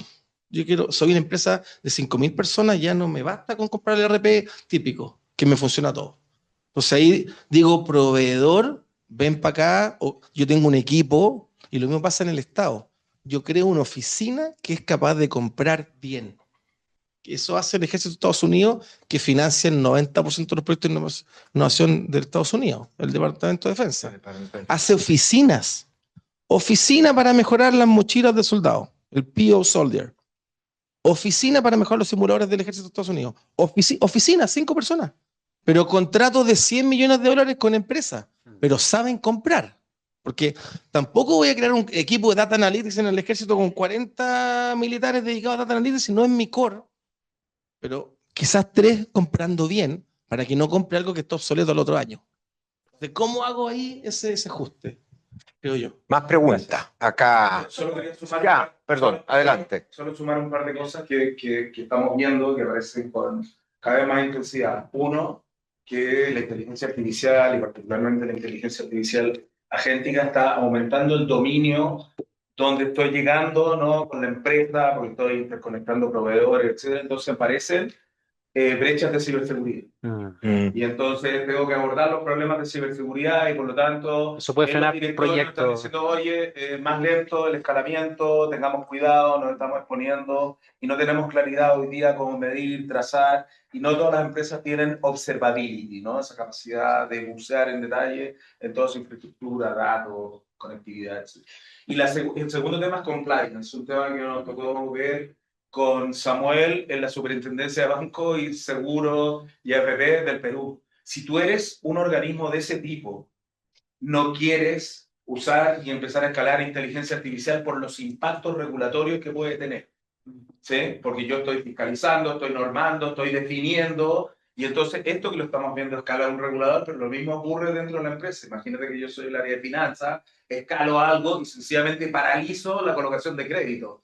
Chuta, y entonces hay aspectos de compliance. Hoy día compliance y ciberseguridad son 2 temas que se están observando y esas áreas no han estado necesariamente tan involucradas en la decisión sistémica de los proyectos de escalamiento, sino que los invitan después. Entonces, lo primero que dicen, claro, ahora que voy a lanzar la cuestión me está invitando y tengo la objeción A, B, C, D y parte, entonces, como partir el proyecto de nuevo, parálisis por análisis. Sí. Entonces, vemos algo de eso también. Sí, en el tema financiero, por ejemplo, el credit scoring con IA tiene el gran problema que replica los sesgos que existen previamente, porque tú te alimentas de las decisiones que tomaste en el pasado. Y eso, desde el punto de vista ético, es complejísimo y eso preocupa a los reguladores. Pero vamos, más preguntas. Gracias. Hay una conversación que se dio al principio como de 2 cosas que están como en pugna. Una que es como esta capacidad de hacer pilotos y que florezcan cosas, y por otro lado como que las cosas sean sustentables y que tengan valor. Me ha tocado vivirlo los 2 lados, como el mundo más de startup, como empujando cosas chicas, rápidas, pero viéndose frenado por áreas tecnológicas sobre todo y estándares y preocupaciones de ciberseguridad, entre otras cosas. Y también desde la empresa, siendo del área de tecnología, frenando cosas porque el 90 y tanto por ciento efectivamente falla o están rompiendo estándares. Entonces, acá como la pregunta, me da la impresión incluso que cada uno tiene visiones distintas respecto por lo que estaba escuchando. Entonces, ¿hay, bajo su experiencia, algún modelo, por muy incipiente, sobre todo ahora que en la IA esto es un océano y están todos usándolo, entonces ya efectivamente no es algo que es tan controlable, donde ambas cosas sean un poco más compatibles? O sea, es no frenar la innovación permitiendo cosas más chicas y disruptivas que no necesariamente tienen una rentabilidad obvia, con algo que más institucionalmente asegure que estas cosas no rompan la ciberseguridad, no nos rompan el modelo de negocio y asegurar que sean cosas escalables. Samuel. Yo creo que nuevamente el tema de la arquitectura va a tener. Si tú tienes un proyecto que es riesgoso y no te muestra un valor concreto, probablemente la existe. Pero cuando tú tienes un proyecto con algún nivel de riesgo y la posibilidad de generar valor, en vez de decirte yo, tú estás ahí, pero se está. ¿Okay? Y lo que está fallando es esa traducción al valor. Estamos creando los indicadores, quizá en algunos modelos, ¿de dónde está el valor? Y esto, como cualquier tecnología, amplia, más profunda, tiene que generar valor. Y cuando tú eres capaz de mostrar ese valor, cuando tú eres capaz de explicitarlo, no solamente que va a tener capacidad de hacer cosas, sino que el valor concreto, económico, social, medioambiental, que las cosas cambian. Porque ahí tú te comprometes en generar ese valor. Y obviamente esto tiene que tener un pipeline como cualquier proceso de innovación, donde si te das cuenta entre medio que no, hasta ahí llegamos. Pero esa es la parte, yo te diría, el eslabón perdido. ¿Dónde está el valor? Y la gran mayoría de las cosas que uno ve, y todo ese tipo de cosas, es porque ya queremos probar cómo funciona eso. Pero cuéntame, ¿cuál es el nivel de costo? ¿Cuál es el nivel de productividad que vamos a ganar? Nadie se quiere hacer eso. Pero muchas veces el crear valor implica cambiar el modelo de negocio y eso obviamente es complejo. Y uno tiene que tenerlo analizando, no Sí. tratar de explorarlo, porque en la exploración te va a pasar que te va a llevar tu suerte papel. Y esa habilidad de poder identificar el valor y las necesidades del modelo de negocio, de los orientadores, yo te diría que hacer. Si no lo tienes, lo más probable es que estás invirtiendo en habilitadores con un riesgo bastante alto desde el punto de vista de la posibilidad de que se traduzca en valor final. Sí, lo otro también es que pensar, no solo pensarlo como proyecto, porque lo que dice Samuel a mí me gusta también porque te presentan algo y tú evalúas su valor. Pero si tú como empresa decides que esto no es por proyecto, esta es una nueva infraestructura tecnológica, es un nuevo marco de trabajo, es un nuevo paradigma, ya no estáis evaluando proyecto por proyecto. Ya esto es, o surfeáis la ola o te ahogas. Entonces, viene una ola gigante, es como cuando llegó Internet a los computadores, yo me acuerdo en el 94, llegó mi papá con un computador con Internet. Vamos a evaluar el proyecto. No, no evaluemos proyectos, ya insertémoslo. Y ahí en términos de como framework, hay un plan, como AI Plan for Business, que es una pirámide. Y que a mí es interesante porque tú decís, ¿cuál es tu plan para adoptar IA como empresa? Dependiendo de la empresa. Y al final de la pirámide después elegir los procesos, elegir la tecnología, elegir las tareas y luego el delivery, ¿cierto? O sea, el producto. Pero en Chile, por lo menos, mi experiencia es que hay que hacer la pirámide normal y hay que hacer la pirámide invertida. O sea, hay que estar haciendo POC para plantar las flores y para que la gente crea en esto y hay que hacer un plan al mismo tiempo. Eso haría yo. Y había Hay una pregunta. Doble pirámide. Muy buenas Sería tardes. tú. Sí, muy buenas tardes. César González, yo soy jefe de la división de inversiones de la Dirección General de Obras Públicas del MOP. Me llegó esta invitación y lo primero que me saltó es las preguntas. Tengo una pregunta. Vine con la pregunta. Sí, la verdad es que, bueno, don Eduardo fue ministro de Obras Públicas, entonces para mí es un placer estar aquí en compartir esta audiencia. Pero tengo solamente una breve reflexión y una pregunta también. Nos ha costado muchísimo poder introducir IA en el Ministerio de Obras Públicas.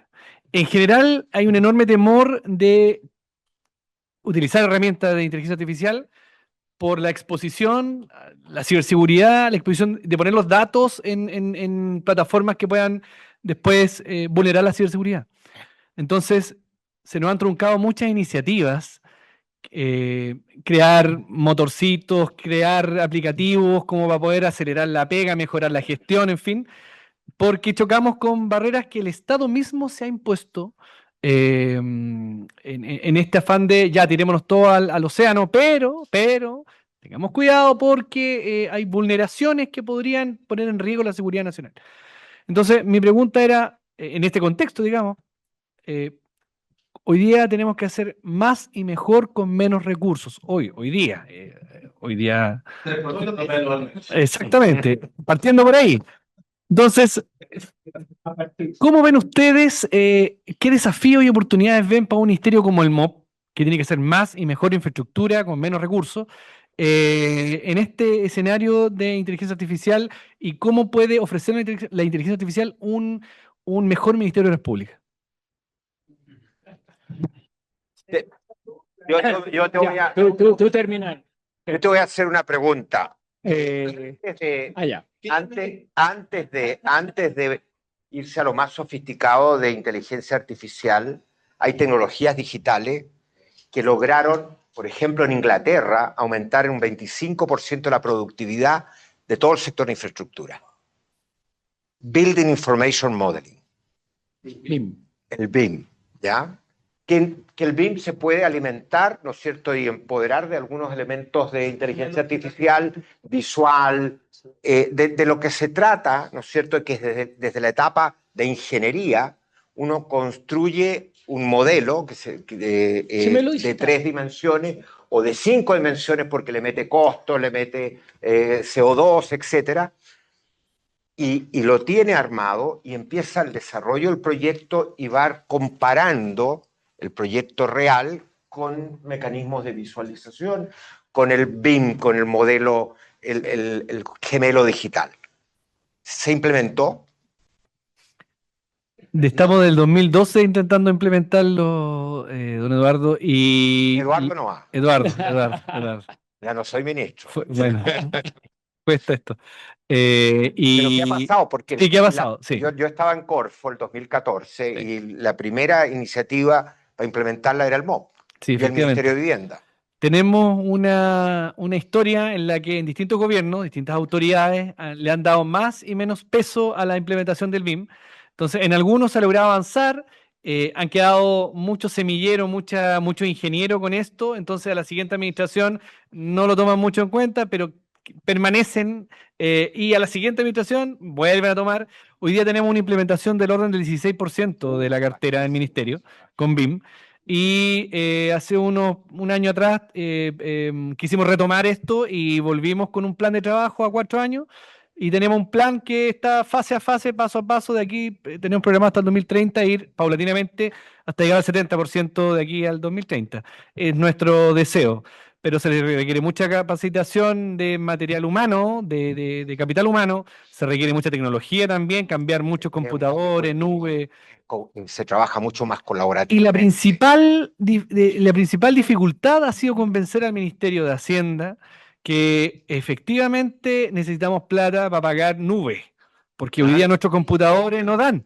Entonces necesitamos Amazon Service, y eso se paga, como usted bien sabe, con subtítulo 22, que compite con el pago de la luz, el agua, el confort. Entonces no hay plata para el 22, no hay plata para contratar nubes. Y ese es el gran problema. Ahí estamos chocando hoy día. ¿Alguna recomendación aquí?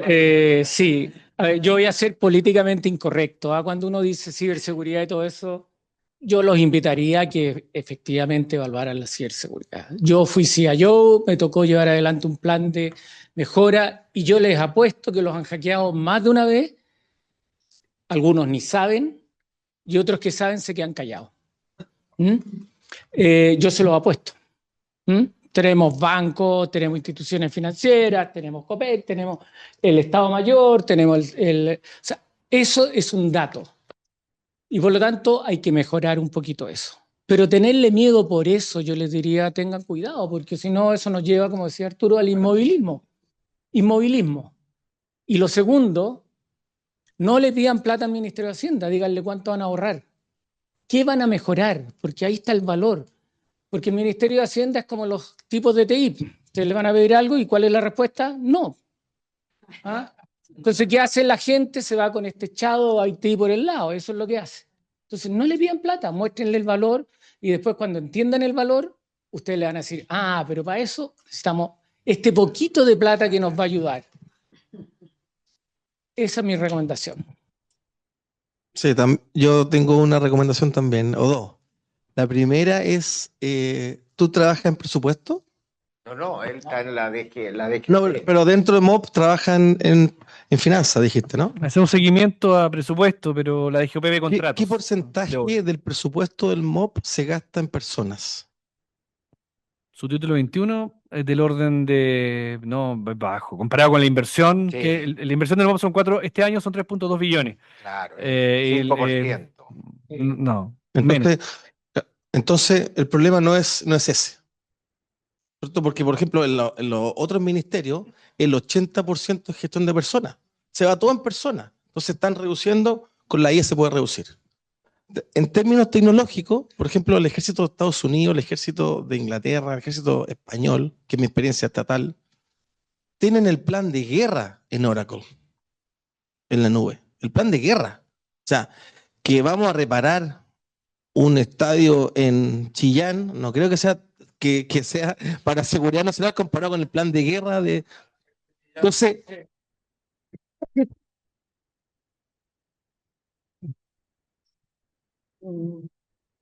Bueno, ya, la última porque yo pensaba que hasta las 8 y nos estamos pasando. ¿Tú tenías algo que comentar? No, solo...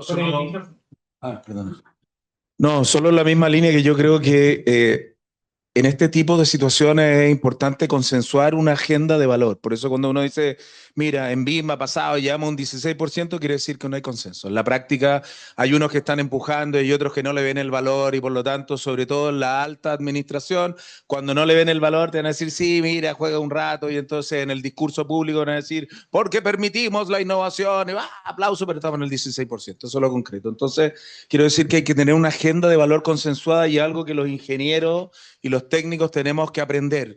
Comunicar, negociar, gestionar a los stakeholders, movilizar liderazgo, hacer concesiones. De eso se trata. Somos todos vendedores y por lo tanto yo me pregunto, ¿cómo estamos vendiendo la idea? ¿Estamos mostrando valor? Como decía no Samuel o como decía no Eduardo, tenemos que hacer concesiones.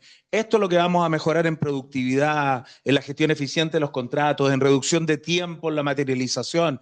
Y me voy con una propuesta de valor que, ojo, dice, yo me comprometo a esto y pido estos recursos. Ya, pues, ¿cuántos están dispuestos? Yo lo que escucho en las reuniones de control de gestión es mucha gente pidiendo y poca gente comprometiendo los casos de negocio, el retorno, la eficiencia o los KPIs de valor. Y eso también es parte del liderazgo. Hay que mojarse el traste para cruzar el río y es parte, ¿no?, de la pega. Por eso digo, es parte de la dimensión humana, cultural, pero súper importante para movilizar cambios. La última pregunta, allá arriba. Sí, yo sé que esta es una charla más orientada al tema de negocios, sin embargo, me gustaría saber si que existe... ¿Puedes acercar el micrófono? Ya. Sí, me gustaría saber si existe algún catastro de la IA, de la adopción en etapas tempranas en Chile de la educación. Porque finalmente, ¿qué pasa uno en la empresa? A veces uno se da cuenta que hasta el Excel cuesta a nivel transversal que sea bien ocupado. Entonces estamos hablando de adopción de modelos que muchas veces no entendemos. Hay muchos modelos hoy día que hacen cosas distintas para distintos rubros. Entonces, ¿qué es lo que está haciendo el Estado en temas de política? Yo he visto, qué sé yo, hace poco Estados Unidos, en su política educativa, dijo, oye, la IA es una prioridad, los tiros, me imagino lo mismo. Sí. ¿Cómo eso apuntala en el fondo a los negocios futuros? Porque finalmente, si es que no entendemos cómo funciona la IA, es difícil focalizar a nivel, digamos, global, dentro de la empresa, en dónde la podemos utilizar. Sí. Tema de educación, ¿cómo estamos formando a las futuras generaciones que van a tener que usar esta tecnología? Mira, puedo comentar un caso de la Universidad de Chile en donde recientemente se sumarió a un alumno por usar inteligencia artificial versus, sí, pues están, entonces el tema, digamos, el tema de discusión, claro, el tema de discusión ahí fue que efectivamente haya sido una copia, pero el tema de discusión es que todos están usando IA, ¿ya? Versus la vicerrectora de inteligencia de la Católica, ¿ya? Que en el fondo están viendo cómo lo van a adoptar esto en las distintas carreras, porque en el fondo las carreras académicas van a cambiar. Nosotros, por ejemplo, desde el Hub, una cosa que estamos haciendo es que, y que pasa lo mismo en muchas cosas, pero la gente habla de IA, lo que te digo, todo es IA, entonces todos los emprendedores en el fondo no saben utilizar ninguno de los, o sea, ocupan ChatGPT y chao. O sea, Claude es como la versión avanzada de A, ¿cierto? Gemini, etcétera. Bueno, entonces estamos tratando, digamos, de educar, digamos, desde lo más incipiente que tenemos nosotros, que son las propias universidades. Pero yo creo ahí, Eduardo, tú tienes harto también que comentar, porque cómo lo están haciendo las universidades cuando incluso las carreras están viéndose que van a cambiar en el futuro cercano. Mira, a un nivel súper pedestre, nos estamos cuestionando los mecanismos de evaluación. Yo soy director de 2 magísteres y conversamos con profesores. Ya no podemos, estos trabajos para la casa, y son todos más o menos parecidos. Tenemos que cambiar los mecanismos de evaluación. Y tenemos que permitirles que usen IA, pero de una manera distinta. Y nos estamos cuestionando. En nuestra universidad hay toda una... Tú puedes contestar esto, porque tú eres director de carrera y se han preguntado y están trabajando cómo cambia la enseñanza por este desarrollo. Mira, decirte que además de que existe una política incipiente de IA en términos generales, además cada una de las universidades ha tomado un abordaje. Si uno quiere ver a nivel transversal en educación, es bueno que mires en el CENIA y lo que está haciendo ahí. Nosotros estamos participando muy activamente y de hecho generamos un área que es, ¿no?, el Hub IA. Francisca está liderando ahí, pero básicamente lo que está generando es una conversación en la cual la universidad tiene que definir, no en función de la IA, sino que más bien cómo la IA se inserta en el desarrollo de los perfiles de egreso de las distintas carreras. Entonces, la pregunta fundamental es cómo este habilitador nos contribuye, y por supuesto contribuye de distintas maneras, nos contribuye en la evaluación, nos permite hacer reflexiones más profundas, nos permite hacer clase invertida, nos permite avanzar en los proyectos. Lo que también define es cuáles son los límites éticos. Lo que no parece razonable es que yo le pregunte a la inteligencia artificial y haga pasar esa respuesta como respuesta mía, porque eso sí es falta de la ética. Sí es un problema de propiedad intelectual además, y probablemente el caso de la Chile tiene mucho que ver con eso. Yo opino y después pongo lo que me dijo la inteligencia artificial y no hay pensamiento propio, entonces no hay pensamiento crítico, no hay estructuración, y esto se nota mucho porque estamos evolucionando a entregarme el trabajo, perfecto, pero después vamos a ir a las evaluaciones individuales donde estáis como Adán, sin la hojita, sin el chat GPT, ahí, y los profesores aquí haciéndote preguntas, ¿y por qué esto? ¿Y considero esto acaso? ¿Y cuál es la condición de borde? Y ahí no existe el chat GPT, que es lo que les digo a mis alumnos. El mundo real es la pega, cuando estás en el directorio y te hace una pregunta, ¿cómo resolvería eso? Ay, le voy a preguntar a ChatGPT. O sea, no podemos preparar alumnos que esa sea su respuesta, pero es un tremendo habilitador en modelamiento matemático, en análisis de escenarios, lo que yo digo, la operación Daisy. ¿Por qué existe? Porque nos prepara adecuadamente para cuando esto ocurra, los simuladores. O sea, hay enormes oportunidades y tenemos que aprovechar de utilizarlo en un mundo donde lo físico y lo digital, estos digital, los gemelos digitales, no son el futuro, están hoy día presentes y cambiando a una velocidad muy rápida. Pero nuevamente, no hay respuestas únicas. Yo creo que este es justamente el camino que distintas universidades están generando y yo veo mucha colaboración, mucho interés, hay muchos seminarios, conferencias. Aquí sí ocurre lo que decía, ¿no, Eduardo? ¿Cómo colaboramos? Porque tenemos un objetivo país de generar capital humano de primer nivel, que es una base fundamental para las mejoras de productividad y el desarrollo. En el fondo, en un enfoque de formación por competencia, el tema es cómo te contribuye a crear, a desarrollar esa competencia. Efectivamente, la evaluación por contenido murió. Sí, murió. Hoy día tenemos que evaluar por competencia. Claro. Y como dijo un amigo, vamos a la playa a capear olas, pero viene un tsunami. Entonces hay que prepararse. Hay que prepararse no solamente haciendo lo que hacemos regularmente, sino que hay que tener modelos diferentes. Y ese es nuestro desafío. Bueno, millón de gracias a los panelistas, a todos los asistentes, a los que están en su casa o en su trabajo participando de esta conversación. Estos son tiempos de un cambio radical y tenemos que ser capaces de surfear esta ola adecuadamente. Muchas gracias.